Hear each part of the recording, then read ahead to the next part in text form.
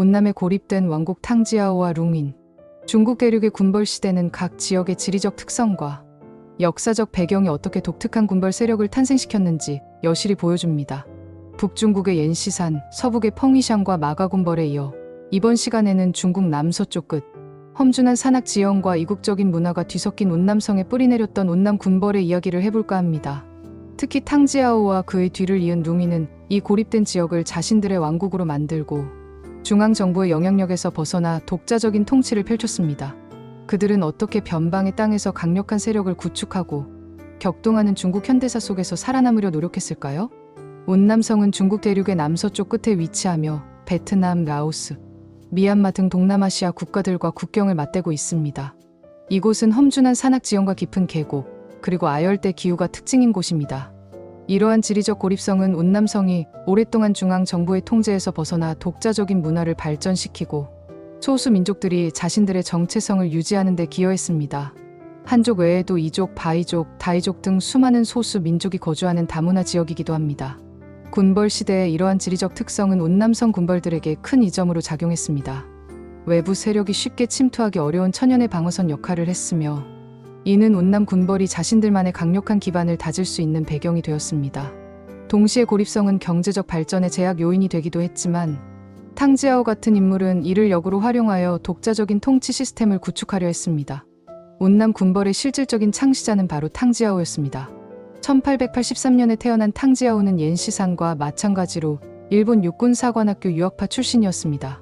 그는 근대 군사 지식과 혁명 사상을 접하고 귀국하여 청나라 신군에 복무하다 1911년 신해혁명 당시 운남성에서 봉기를 주도했습니다. 그는 빠르게 운남성을 장악하고 운남 독군에 오르며 이 지역의 실질적인 지배자가 되었습니다. 탕지아오는 뛰어난 군사적 능력과 정치적 야심을 겸비한 인물이었습니다. 그는 단순히 운남성을 통치하는 데 만족하지 않고 혁명 세력의 중심 인물로서 중국 전체 정치에 영향을 미치려 했습니다. 특히 위안스카이의 황제 등극 시도에 대해 탕지아오는 강력하게 반대하며 호국전쟁을 일으켰습니다.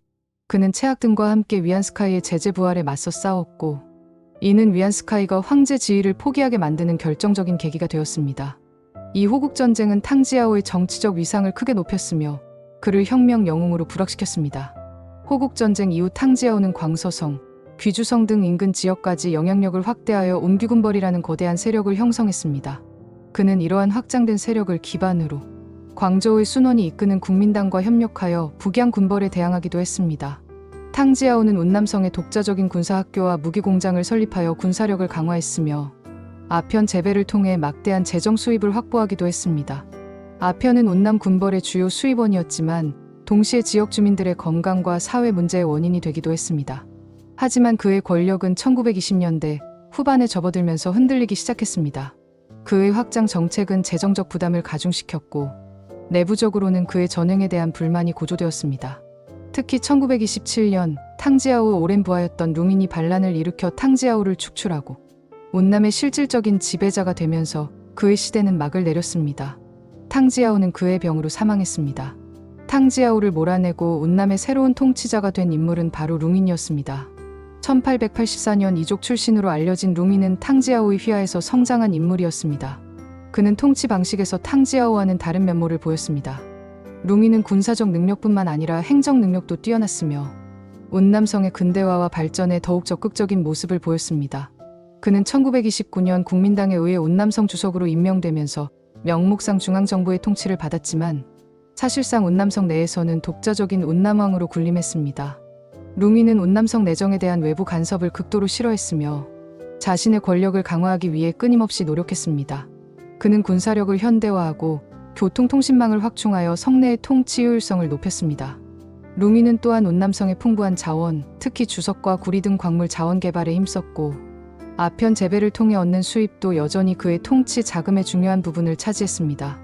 아편 문제는 룽인 시대에도 계속되었지만 그는 이를 통제 가능한 수준으로 관리하려 시도했습니다. 룽인의 통치 기간 동안 운남성은 비교적 안정적인 발전을 이룰 수 있었습니다. 그는 교육을 장려하고 사회 질서 확립을 위해 노력했습니다.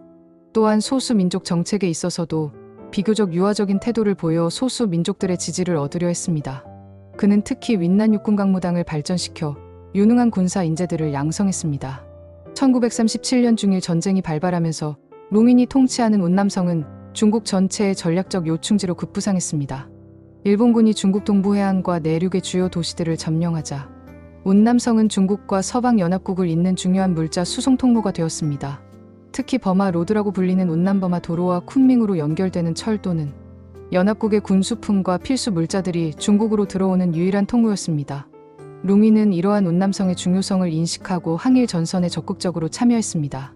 그는 국민당 정부의 병력을 파견하여 항일 전투를 지원했고 운남의 자원을 활용하여 항일 역량을 강화했습니다.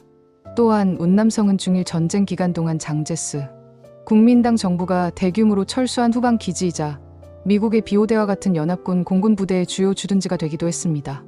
룽인은 연합군의 주둔과 활동을 적극적으로 지원하며 국제적인 협력 관계를 구축했습니다. 이 시기 룽인은 명목상 장제스의 통치를 따랐지만 여전히 운남성 내에서는 독자적인 권력을 행사했습니다. 그는 중앙정부의 간섭을 최소화하며 자신의 자치권을 유지하려 했습니다. 중일 전쟁은 룽인의 영향력을 일시적으로 확대시켰지만 동시에 중앙정부와의 미묘한 긴장 관계를 심화시키기도 했습니다. 장제스는 룽인의 강력한 독자 세력을 늘 경계하고 있었습니다. 중일 전쟁이 끝난 1945년 중국은 일본의 위협에서 벗어났지만 곧바로 국공내전이라는 더 큰 혼란에 직면했습니다.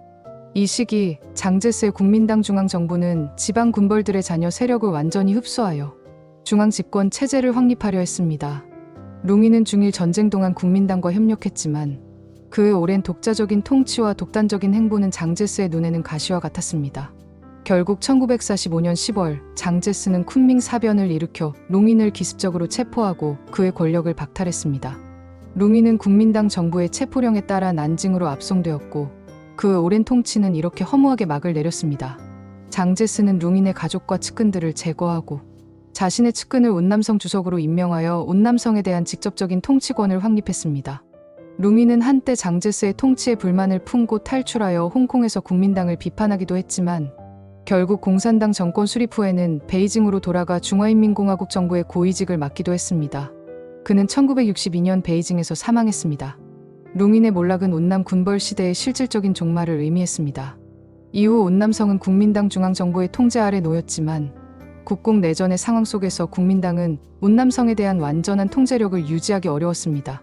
1949년 중화인민공화국이 수립되면서 운남성 역시 공산당의 지배 아래 놓이게 되었고 약 40여 년간 이어져 온 운남 군벌의 시대는 완전히 막을 내렸습니다. 다음 이야기도 궁금하시다면 구독과 좋아요 부탁드립니다.